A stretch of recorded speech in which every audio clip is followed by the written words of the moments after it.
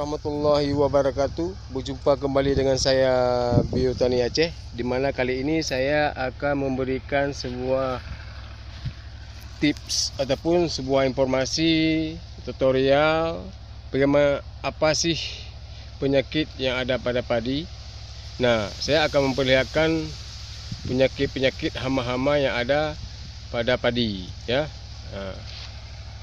Jadi pestisida apa yang harus kita lakukan dan apa yang harus kita lakukan dengan kendala-kendala hama pada padi tersebut. Nah, kita akan melihat contohnya seperti ini. Nah, daun tergulung. Ini dalam ini ada ulatnya.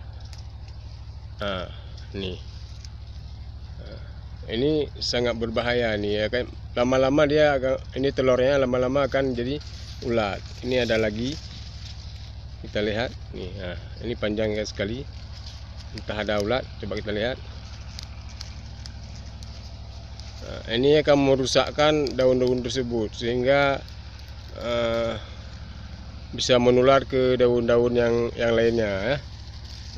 Ini lagi bisa kita lihat. Ini dia. Kita harus menggunakan ini harus kita menggunakan dengan insektisida, ya. Ini lagi banyak sekali. Nih. Ini dia.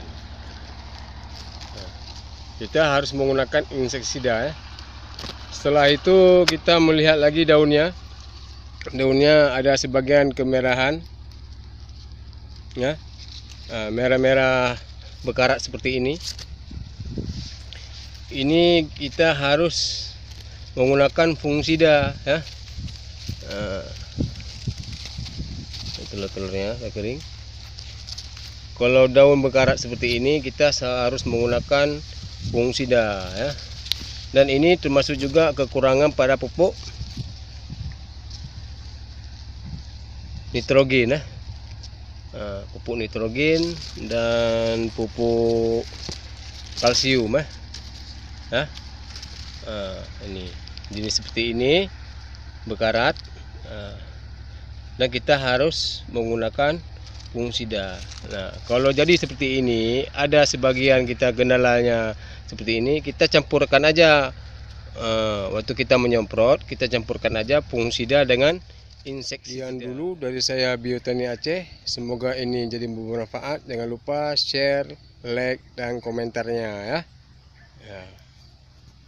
Saya akhiri. Assalamualaikum warahmatullahi wabarakatuh.